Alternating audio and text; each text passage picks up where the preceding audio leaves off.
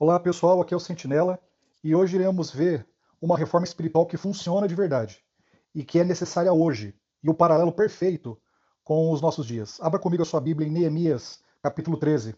Pegue um papel e uma caneta para fazer as suas anotações. Neemias 13. Neemias 13, versículo 1 diz o seguinte: Naquele dia, leu-se no livro de Moisés, preste atenção aqui, toda reforma espiritual, de verdade, começa com um profundo estudo da palavra de Deus. Aos ouvidos do povo. Aos ouvidos de quem? Aos ouvidos do povo. Não é somente aos ouvidos da liderança. Sabe por quê? Porque senão a liderança escolhe aquilo que lhes convém para reformar e escondem o restante, que não lhes interessa. Que é exatamente o que está acontecendo hoje. Os pastores do diabo estão pegando textos fora de seus contextos ou textos cuidadosamente selecionados para dizer que supostamente estão fazendo uma reforma na instituição. Manipulam os textos, desde as faculdades de teologia, e quando aquele formado em espiritismo, fantasiado de cristianismo, sai da faculdade de teologia, tudo o que ele sabe fazer é ensinar e promover rebelião. E chamam isso de reforma e reavivamento. Enfim, continuando aqui. E achou-se escrito nele que os amonitas e os moabitas não entrassem jamais na congregação de Deus. Quem são os amonitas e os moabitas? Eles são os filhos de Ló. Nasceram de uma relação incestuosa entre Ló e suas duas filhas, depois que fugiram de Sodoma e Gomorra. Existe tanta informação importante aqui, tanto paralelo interessante, mas para que esse áudio não fique muito longo, vamos resumir. Os amonitas e moabitas são parentes distantes do antigo Israel. Nos dias de hoje, quem seriam os amonitas e os moabitas? Quem seriam os parentes distantes do Israel moderno? Isso mesmo, os chamados evangélicos, os cristãos pentecostais, e os católicos também. E hoje, nós temos na Bíblia e no Espírito de Profecia falando exatamente a mesma coisa, que precisamos ficar distantes e não nos aparentarmos com eles. Você já ouviu falar de ecumenismo? Você sabia que a instituição hoje está tão aparentada com as outras denominações religiosas que é difícil saber quem é quem no meio dessa sopa abominável do inferno? Lembra do sai dela, povo meu? O chamado reforma é esse. Sai do meio dessa sopa desprezível e abominável urgente. Vá prestando atenção nesses paralelos. E como estamos revivendo essa história. E poucas pessoas perceberam isso. Leia novamente o final desse versículo 1. Achou-se escrito nele que os amonitas e os moabitas não entrassem jamais na congregação de Deus. Jamais, jamais deveria o Israel moderno se misturar com outras denominações religiosas. Versículo 2. Portanto, ou melhor, porquanto não tinham saído ao encontro dos filhos de Israel com pão e água. Antes, contra eles, assalariaram a Balaão para os amaldiçoar. Porém, o nosso Deus converteu a maldição em bênção. Eu achei muito interessante essa parte, porque até isso aconteceu com Israel moderno, a instituição de hoje.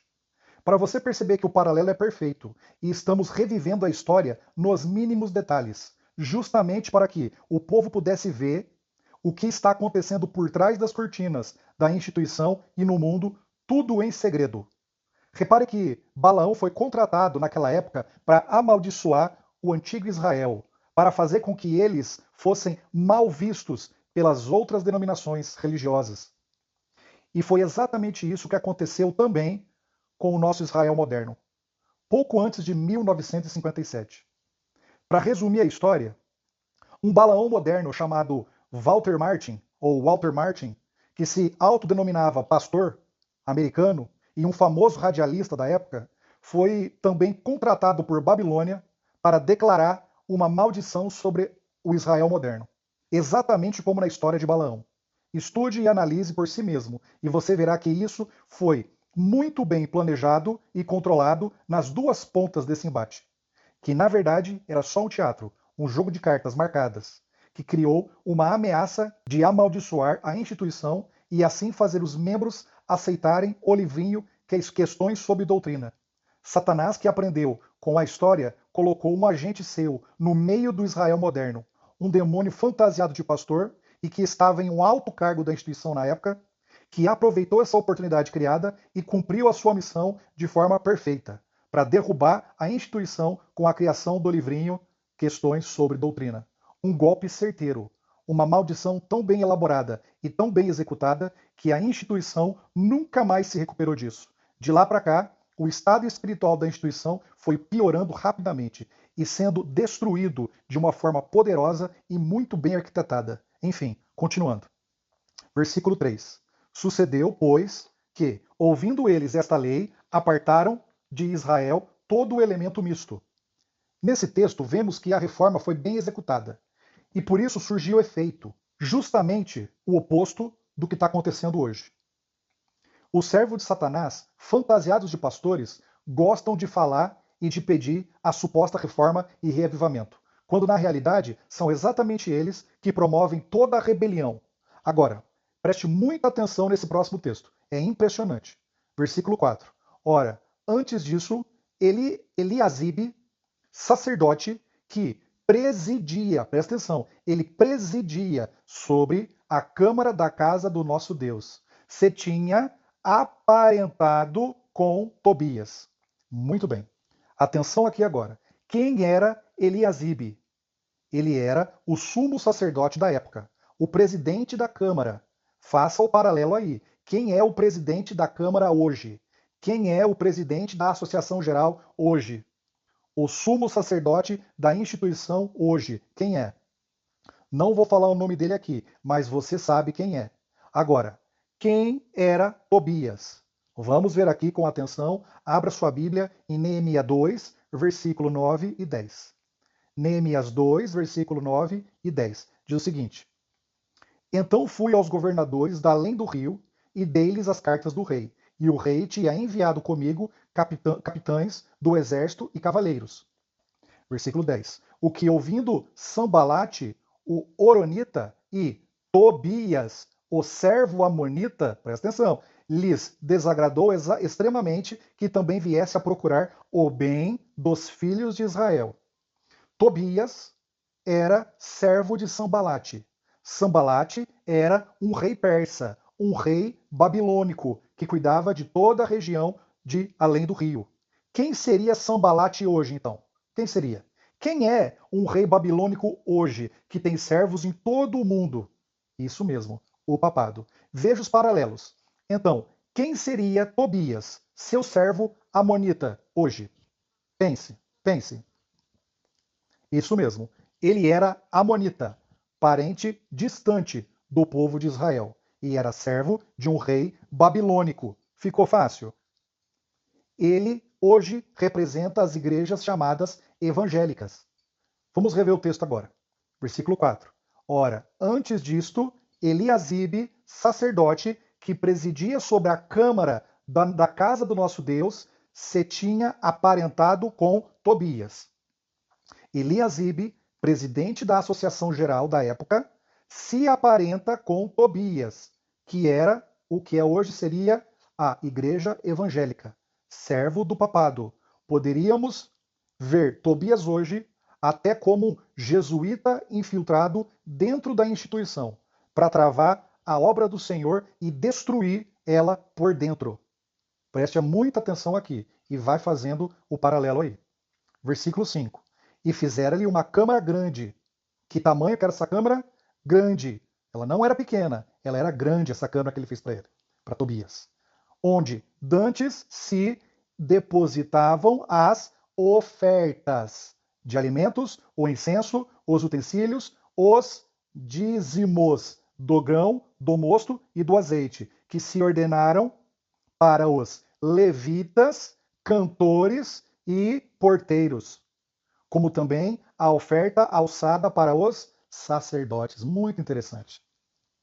Esse texto aqui é impressionante. O paralelo é claro. O presidente da Associação Geral colocou um jesuíta, um claro inimigo da verdade, que além de tudo é um parente seu, alguém muito próximo dele. Entendeu até aqui o paralelo? O presidente da Associação Geral é tão íntimo do jesuíta que é parente dele. Preste atenção, ele coloca esse jesuíta em um departamento muito interessante, muito grande, muito importante. Um departamento que seria hoje a exata mistura de tesouraria com a secretaria da Associação Geral. Esse departamento cuidaria das finanças e do bem-estar de todos os pastores e funcionários da instituição no mundo todo. Como o texto diz, cuida das ofertas e dízimos e da distribuição deles para os levitas, cantores, porteiros e sacerdotes. Hoje, quem que é o secretário da Associação Geral? Isso mesmo, aquele brasileiro que muitos funcionários dizem que está envolvido até o pescoço com a fraude da seguradora no Brasil. Na verdade, e para a surpresa de ninguém, foi exatamente ele quem trouxe essa seguradora para o Brasil, há anos atrás. Muitos dizem que foi justamente para financiar sua ascensão rápida ao poder. Mas esse é um outro assunto. Continuando aqui. Versículo 6. Mas, durante tudo isso, eu não estava em Jerusalém, porque no ano 32 de Artaxerxes, rei de Babilônia, fui ter com o rei, mas após alguns dias tornei a alcançar licença do rei. E voltando a Jerusalém, compreendi o mal que Eliasibe fizera para Tobias, fazendo-lhe uma câmara nos pátios da casa de Deus, o que seria equivalente à Associação Geral hoje. O que muito me desagradou, de sorte que lancei todos os móveis da casa de Tobias fora da câmara. Neemias, o reformador, um homem de Deus de verdade, quando viu o que o presidente da Associação Geral tinha feito, pegou as coisinhas de Tobias e jogou ele e as suas coisas na rua. Dessa forma, organizou a Associação Geral novamente. Você sabe quando isso vai acontecer em nossos dias? Nunca. Isso mesmo, nunca. Você sabe por quê? Porque se você entrar lá hoje e retirar todos aqueles demônios fantasiados de pastor na liderança, no dia seguinte você vai instalar outros demônios de terno e gravata com carinha de anjo no lugar daqueles. É verdade ou não é? O problema em nossos dias é sistêmico, é mundial. Em nossos dias, esse circo só irá acabar com a volta de Jesus. Esse sistema de corrupção e rebelião está muito bem organizado pelo papado, pelos seus agentes e os seus servos. Versículo 9.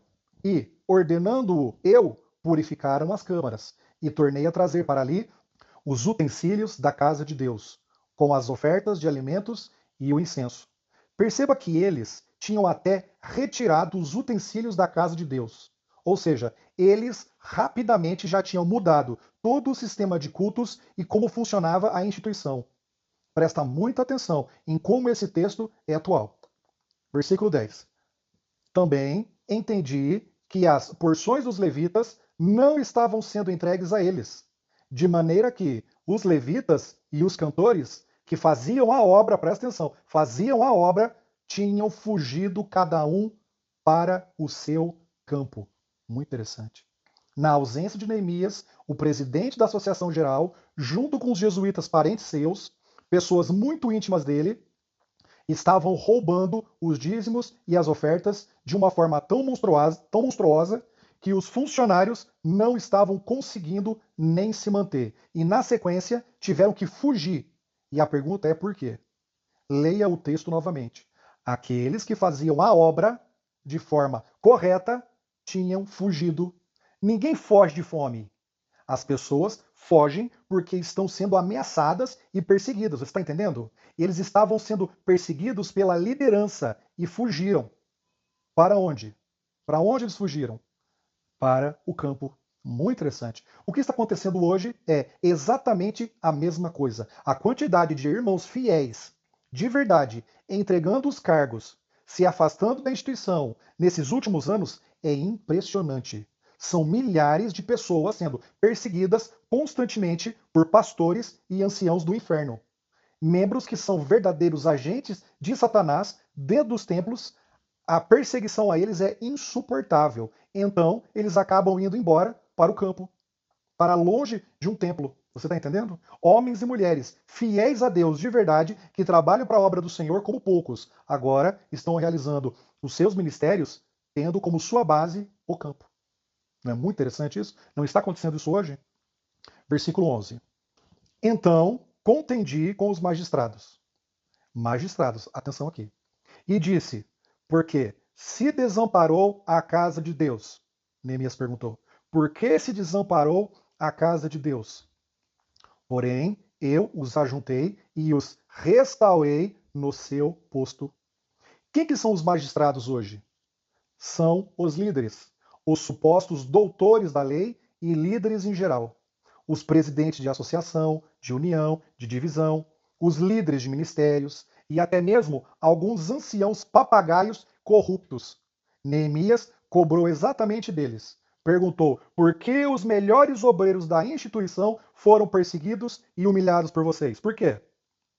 E esses líderes, quando ouviram isso, fizeram aquela carinha de inocente, como fazem hoje quando eles são pegos no flagrante da rebelião. Pode perceber. Assim, Neemias, o homem de Deus, o verdadeiro reformador, trouxe esses servos de Deus de volta aos seus postos. Sabe quando isso vai acontecer hoje? Sabe quando? Nunca. Isso mesmo, nunca. Você sabe por quê? O problema em nossos dias é sistêmico. Se tirar um demônio de terno e gravata, entra outro igual ou pior do que ele no lugar. Versículo 12. Então todo Judá trouxe os dízimos do grão, do mosto e do azeite aos celeiros. E por tesoureiros pus sobre os celeiros a Selemias, o sacerdote, e a Zadok, o escrivão, e a Pedaías, dentre os levitas, e com eles Anã, filho de Zacur, e o filho de Matanias, porque foram achados fiéis. Fiéis. E se lhes encarregou a eles a distribuição para seus irmãos. Perceba que foi só o povo ver que a instituição estava reformada de verdade e fazendo o que era correto, o que era certo, que as pessoas voltaram a devolver o dízimo e a oferta para a instituição. O que é muito fácil de se entender, não é? Mas a pergunta é, então por que a liderança hoje sabe muito bem que o dízimo está no seu nível mais baixo da história da instituição? Por que então eles, pelo menos, não fingem que estão se reformando?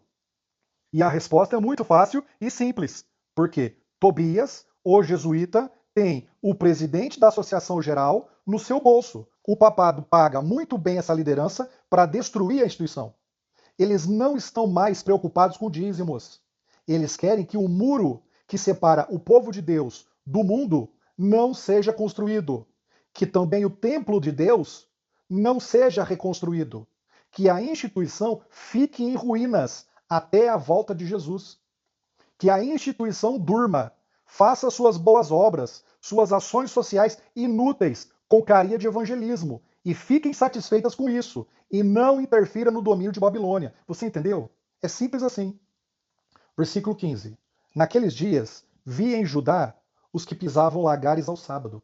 Presta muita atenção aqui. Ao sábado. E traziam feixes que carregavam sobre os jumentos, como também vinho, uvas e figos, e toda a espécie de carga que traziam a Jerusalém no dia de sábado. Sábado. E protestei. O que Neemias fez? O que Neemias fez aqui? Protestou contra eles no dia em que vendiam mantimentos. Ele protestou porque eles estavam quebrando o sábado. Agora eu lhe pergunto, hoje, os membros papagaios e os seus pastores guardam o sábado de verdade? O que você acha? Seja sincero. Há mais de 3 anos, eu não entro num templo de Baal fantasiado de templo cristão. Há mais de 3 anos já. Mas na época que eu viajava por todo o Brasil pregando a verdade, eu constantemente via membros papagaios indo a restaurantes logo depois do culto de manhã. Isso incluindo os pastores do diabo também. Eu vou lhe contar só uma história desses acontecimentos que acabou me afetando também. Eu fui convidado a fazer uma campanha evangelística na cidade de Santos, no litoral de São Paulo. Era um sábado, num ginásio lotado, junto com os pastores famosos e pastores líderes de união e de associação. Depois da programação, no meio-dia, um desses pastores da união falou comigo, vamos almoçar. Eu fui com ele, achando que iríamos comer na casa de uma irmã da igreja. Fomos caminhando até uma churrascaria, isso mesmo, uma churrascaria. Ali já comecei a ficar desconfiado. Ela estava próxima ali de onde a gente estava, no ginásio, e onde estava sendo feita a campanha de evangelismo ali. Entrei ali na churrascaria pensando, ok, esse restaurante deve ser de algum irmão que abriu as suas portas exclusivamente para nos alimentar, alimentar os pastores e as pessoas que estão envolvidas na realização do evento. Só pode ser isso, eu pensei comigo. Tinha uma mesa bem grande no meio do restaurante e todos os pastores estavam sentados ali. Eu olho ao redor e vejo também algumas mesas sendo usadas por outras pessoas e fico pensando, o que está acontecendo aqui? Naquela época, eu já era vegetariano. Eu sou até hoje. E sou muito feliz com essa decisão. Virei vegetariano porque essa é a vontade de Deus, porque aprendi que essa é a alimentação do céu, a alimentação de um cristão de verdade, a alimentação que o Espírito de Profecia mostra que é a correta. Mas quando eu olho para os pratos dos pastores, eu fico inconformado com a quantidade de animais mortos que eles estavam comendo. Inconformado. Não era nem como o povo do mundo, era muito pior. O povo do mundo, eles pelo menos misturam ali arroz com feijão, alguma salada, né? Mas aqueles supostos ungidos do Senhor comiam pratos gigantescos de carnes das mais variadas que você pode imaginar, e alguns acrescentavam ainda um pouco de batata frita, só para dar uma disfarçada, para não falar que só estava comendo bicho morto ali, ok? Você está entendendo a situação até aqui? Muito bem. Todos faziam isso que eu acabei de falar para vocês. E para levar aquela rebelião toda até o estômago, eles ainda tomavam, em média ali, cada um deles, 1 litro a 2 litros de Coca-Cola, cada um. Era algo impressionante de se ver. Naquela época, eu era ainda novo na fé. Acreditava completamente na instituição, na liderança. Eu tinha uma ideia de que era uma minoria que fazia algumas coisas erradas, mas ali, naquele momento, foi a primeira vez que eu tive um chamado especial de Deus me falando claramente: cuidado com esses demônios disfarçados de pastores. Foi naquele momento ali. Pois bem, depois de todos se entupirem de morte, refrigerante e cafeína, um pastor da União me disse: você deveria ser pastor. Imagina a cara de pau dele. Precisamos de pessoas como você na obra, ele me disse. O que eu respondi com um sorrisinho discreto, louco para entender o que estava acontecendo e o que todo mundo estava fazendo numa churrascaria num sábado. Nisso, passou uma garçonete por mim e mostrou, ou melhor, e o outro pastor me disse: essa moça era da igreja e está afastada, porque precisa trabalhar no sábado. Fale com ela, convença ela a voltar aos caminhos do Senhor. Aí eu pensei, como assim? Ela está trabalhando aqui hoje e nós estamos aqui. O pastor está me pedindo para orar por ela, que está trabalhando no sábado, sendo que ele está aqui usufruindo do trabalho dela no sábado. O que é isso? Eu estou sonhando? Eu não estou entendendo nada aqui, eu pensei comigo. Então, as esposas dos pastores se levantaram, elas pegaram eu e minha esposa pelo braço e fomos indo embora, de volta para o ginásio, para a continuação do evangelismo daquele dia. Mas os pastores ficaram no restaurante. E eu não conseguia parar de pensar no que estava acontecendo. Os filhos dos pastores estavam ao nosso lado. E então eu puxei um deles e perguntei: onde é que está seu pai? E ele me disse: está lá no restaurante. Aí eu falei: veja lá o que ele está fazendo e fala para mim aqui. E ele foi. Quando ele voltou, ele me disse: o meu pai falou que está pagando a conta e já está vindo. Ali, o meu mundo desmoronou. Ali foi um dos momentos que todo membro da instituição precisa escolher. Um momento de escolha. Quando Deus lhe mostra o óbvio para que você tome uma decisão firme de permanecer em rebeldialândia, se transformar num papagaio de pastor, aceitando qualquer absurdo que eles falarem e segui-los por conveniência até o abismo. Ou acordar daquele pesadelo, seguir o seu caminho separado daqueles rebeldes, num caminho ao lado do Senhor e da verdade. Essa é a decisão que todo mundo vai precisar fazer. Todo mundo. De um jeito ou de outro. Mais cedo ou mais tarde. Todo mundo terá que fazer, tomar essa decisão. Me lembro que naquela noite, quando eu cheguei em casa, eu pedi perdão ao Senhor. Eu fiquei muito triste com tudo aquilo. Por ter quebrado o seu santo sábado. E eu disse a ele que eu não sabia daquela rebelião e que eles estavam fazendo ali era muito errado. E que isso nunca mais iria acontecer. No outro final de semana, isso mesmo, no final de semana seguinte, eu fui para a Bahia fazer uma campanha de evangelismo muito parecida com o que tinha sido feita no litoral de São Paulo, na semana anterior. Estavam ali os pastores da União e Associação, ginásio lotado, fiz evangelismo e na hora do almoço, a secretária do presidente da associação me chamou no canto e falou: vamos almoçar. E eu perguntei a ela: aonde nós vamos almoçar? Adivinha o que ela me falou? Exatamente, vamos a uma churrascaria. Aí eu perguntei: essa churrascaria é de algum irmão que abriu exclusivamente o seu restaurante para nós hoje, é isso? E ela então me disse: não, é um restaurante muito bom daqui da cidade. Então eu falei com ela: você sabe que isso é errado, né? Esses pastores estão quebrando o mandamento do sábado. Você sabe disso, né? E ela me disse assim: eu sei, mas eu vou fazer o quê? Infelizmente eu não posso falar nada. Então eu olhei para um grupo de pessoas que estava limpando o salão vazio e eu disse: o que aquelas pessoas ali estão comendo? E ela me disse: eles estão comendo maçã e pão com mortadela. Eu disse para ela: traga para mim 2 maçãs, uma para mim e a outra para minha esposa, e explique para os pastores que eu vou ficar por aqui. Lhe pergunto: o que você acha que aqueles pastores falaram de mim naquele almoço, naquele dia, junto e ao redor das suas panelas de carne? O que você acha? A verdade, meu amigo, é que eu não ligo. Eu não estou aqui brincando de ser cristão. Eles podem me enganar uma vez, mas 2 não. Eles querem continuar quebrando o sábado? Que aproveitem bastante as suas panelas do Egito e o tempo que lhes resta, pois eu e minha casa serviremos ao Senhor. Se você ainda pensa que a instituição realmente guarda os 10 mandamentos do Senhor, incluindo o Santo Sábado, é bom você abrir bem os olhos e dar uma boa olhada, bem atenta ao seu redor. E aí você vai ver a verdade. Eles guardam o sábado da boca para fora e só. E há muitas décadas, o sétimo dia está somente nas suas placas, mas não mais em seus corações.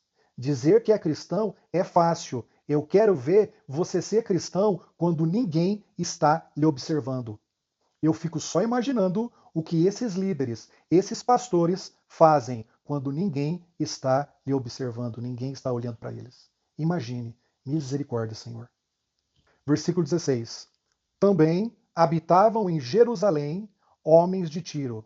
Muito interessante. Homens de Tiro, que traziam peixe e toda a mercadoria que vendiam no sábado aos filhos de Judá e em Jerusalém. E contendi com os nobres de Judá e lhes disse: que mal é este que fazeis profanando o dia de sábado? Muito interessante. Tiro é a cidade de grandes comerciantes, grandes empresários. Poderíamos dizer que eram a elite financeira da época. O texto revela algo interessante. Esses grandes empresários estavam morando dentro de Jerusalém e fazendo comércio com os judeus. Lhe pergunto, um grande empresário de Tiro precisaria morar em Jerusalém para fazer comércio com eles? Com certeza não. Eles poderiam morar dentro de Jerusalém? Também não. Então por que que eles estavam lá? Estavam lá para atrapalhar e atrasar a obra que eles tinham que fazer, a sua obra de reforma e reavivamento, a sua obra de reconstrução do templo, de reconstrução dos muros. Exatamente como acontece hoje. Se você acha que eu irei esquecer a última conferência geral, você está muito enganado. Talvez essa conferência tenha sido a mais rebelde e descarada de todas na história. Quando o presidente da Associação Geral saiu correndo de seu camarim luxuoso para impedir a votação contra a imposição da picadinha, isso mesmo, da picadinha, e todos obedeceram como escravos papagaios e ninguém pensou em nenhum momento o porquê que ele fez aquilo que ele fez? Eu lhe dou 25 bilhões de dólares por ano de motivo para que isso tenha acontecido. 25 bilhões de dólares por ano, isso mesmo, enviados direto do cofre papal, como foi mostrado claramente por um pastor americano, de forma detalhada. Está no YouTube, procure depois. Todo esse dinheiro passado pelos comerciantes de Tiro, que moram dentro da Associação Geral e chegando nos bolsos mais variados ali dentro, comerciantes de Tiro são a elite do papado de hoje, são os laranjas do papado, os fantoches que ele usa para controlar o mundo. Isso, meu amigo, está acontecendo hoje claramente também. E esses mesmos grandes empresários e o papado irão usar todo esse suporte financeiro anual, esse suborno descarado, para silenciar o protesto contra a lei dominical. Ou você sinceramente acha que esses comedores de carne, rebeldes e corruptos, irão realmente protestar quando a lei dominical for imposta? Acorde, né? Versículo 19. Sucedeu, pois, que, dando já sombra nas portas de Jerusalém antes do sábado, ordenei que as portas fossem fechadas e mandei que não as abrisse até passado o sábado. E pus as portas a alguns de meus servos, para que nenhuma carga entrasse no dia de sábado. Protestei, veja, protestei, pois, contra eles, e lhes disse: por que passais a noite defronte do muro? Se outra vez o fizerdes, hei de lançar mão de vós, daquele tempo em diante não vieram mais no sábado. Neemias protestou naquela época contra a instituição. E hoje, quem vai protestar é a igreja do Senhor contra uma instituição corrupta e falida. E isso já está acontecendo, mas vai ganhar muito mais força em breve. Versículo 23. Vi também naqueles dias judeus que tinham casado com mulheres asdoditas, amonitas e moabitas. Preste bem atenção aqui. E seus filhos estavam meio, e seus filhos falavam meio asdodita e não podiam falar judaico, senão segundo a língua de cada povo. Essa parte eu achei muito interessante também, porque mostra não somente como eles estavam completamente longe de Deus, esquecendo inclusive do básico da lei do Senhor, como também a parte espiritual desse tema. Mulheres em profecia é o símbolo de igrejas, denominações religiosas. Aqui o texto mostra como o Israel antigo se casou com várias denominações religiosas. E é exatamente o que está acontecendo hoje também. A instituição do Israel moderno está intimamente casada com as outras denominações religiosas, de tal forma que adotou delas dezenas de costumes abomináveis. Veja também o resultado desses casamentos rebeldes. Metade de todos os jovens do antigo Israel não sabiam falar a língua judaica. Metade. Eles só falavam a língua de outros povos, das outras denominações. Impressionante. Isso está acontecendo hoje ou não? Os jovens hoje da instituição sabem ou vivem a palavra de Deus de verdade? Ou é só da boca para fora? Eles agem como o mundo ou como servos de Deus? Veja como os líderes criam os eventos de jovens. Veja como a linguagem desses eventos acontece ali. Qual é a língua que eles usam daqueles eventos.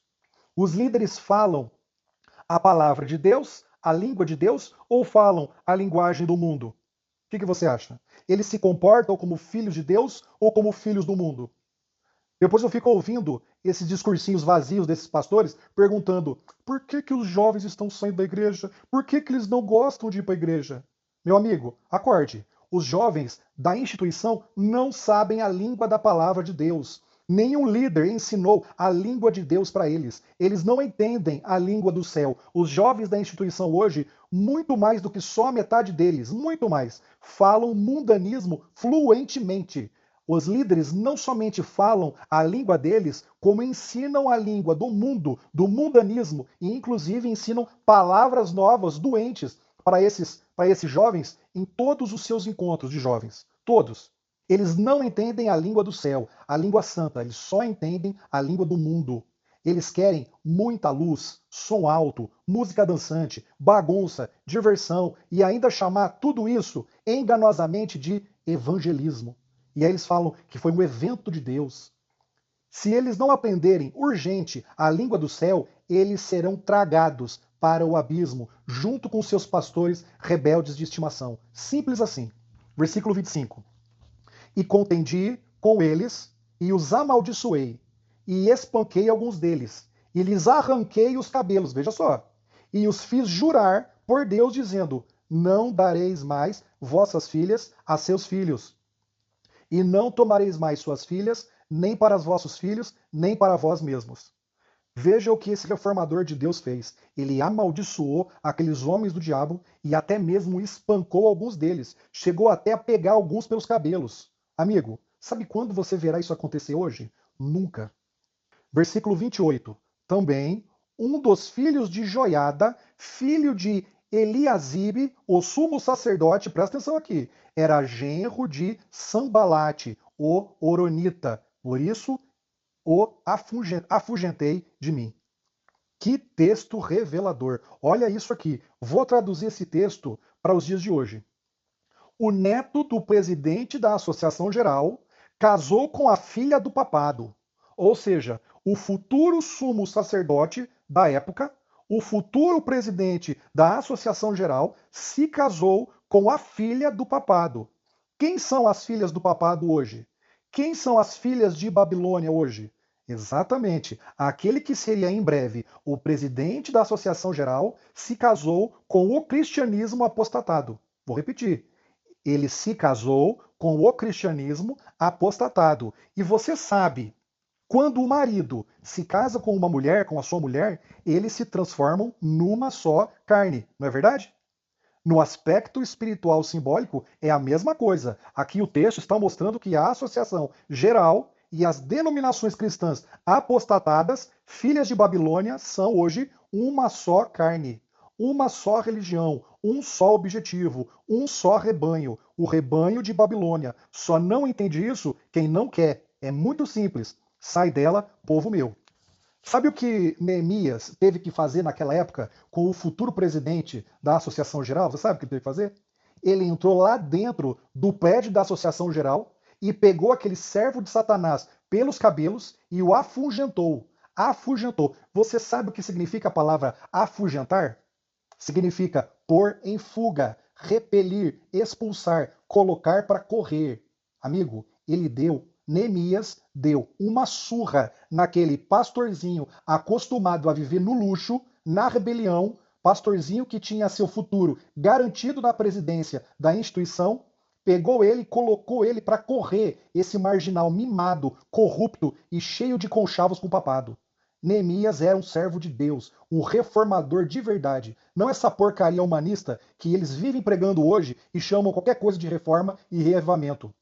Algumas vezes na vida, precisamos nos indignar com a rebelião de tal forma que o protesto seja ouvido em alto e em bom som. O sonido correto à trombeta precisa ser dado. Não essa canção de niná que até mesmo os que se dizem da verdade presente, pregam. Não é isso não. Um sermãozinho água com açúcar, politicamente correto, um monte de gente falando a mesma coisa, sem atitude, sem direção, sem compromisso, sem foco, sem comunhão com Deus de verdade. Somente o mais do mesmo. Mais do mesmo. Sempre isso. Vamos falar hoje sobre mais do mesmo. De sempre. Vamos convidar um pastor muito especial para vir aqui e falar mais do mesmo. Vamos fazer um congresso muito especial no mês que vem e falando, adivinha, mais do mesmo. O tema do nosso próximo congresso é maravilhoso. Ele se chama Mais do Mesmo. É impressionante, meu amigo. O povo está enlouquecendo. E essa politicagem aqui, ela nunca acaba. A reforma e o reavivamento ficam esperando um grupo de pessoas que está amando a quantidade incrível de dinheiro que recebem, dos dízimos e das ofertas, das pessoas que devolvem para eles, esperando que façam algo útil de verdade, que façam algo relevante de verdade. A verdade presente é colocada de lado de propósito por eles, pelo medo de ofender os que estão sustentando os seus serviços medíocres e mal feitos, e que em breve será cobrado por Deus se continuar assim. Pode anotar aí, o grupinho que se diz da verdade presente e que está nadando em dinheiro e não para de pedir mais e mais, cada vez mais estão pedindo. Toda vez que eu vejo, estão pedindo mais dinheiro para fazer isso, para comprar isso, enfim. Sem se posicionar ao lado da verdade, de verdade, dando a trombeta o sonido correto, serão cobrados em breve. Você pode ter certeza. Não ache nem por um segundo que o Senhor vai permitir essa displicência com o seu dízimo por muito tempo mais.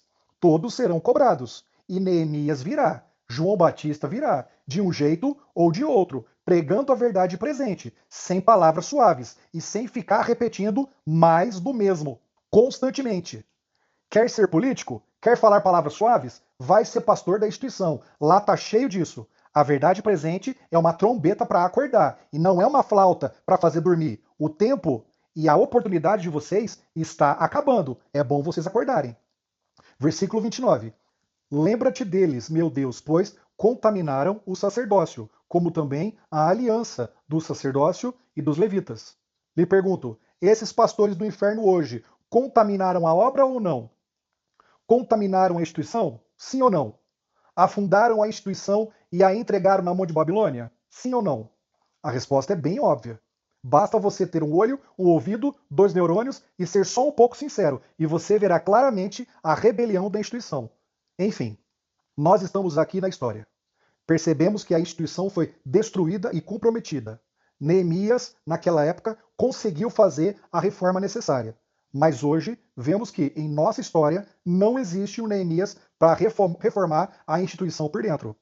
Ela está perdida, num ponto sem retorno. Por isso, a reforma será feita sim, mas fora da instituição. Feita pelo povo de Deus de verdade, fiel de verdade, no campo, em pontos estratégicos. A luz irá brilhar no mundo todo, numa velocidade impressionante. Quem resistiria nesse mundo uma reforma e reavivamento no estilo de Neemias ou de João Batista? Quem? A mensagem é direta, é verdade presente, não é aguinha com açúcar, não é mais do mesmo. Ela é uma mensagem de juízo, de justiça pela fé. Ore, clame, busque o Senhor, como o sedento busca a água no deserto. Busque o Senhor, com sede de justiça, com sede de reforma. Faça a sua parte. Se você se lembrou de alguém ouvindo esse áudio, compartilhe com ela. Ajude os sinceros a acordarem, enquanto ainda existe tempo. Até a próxima.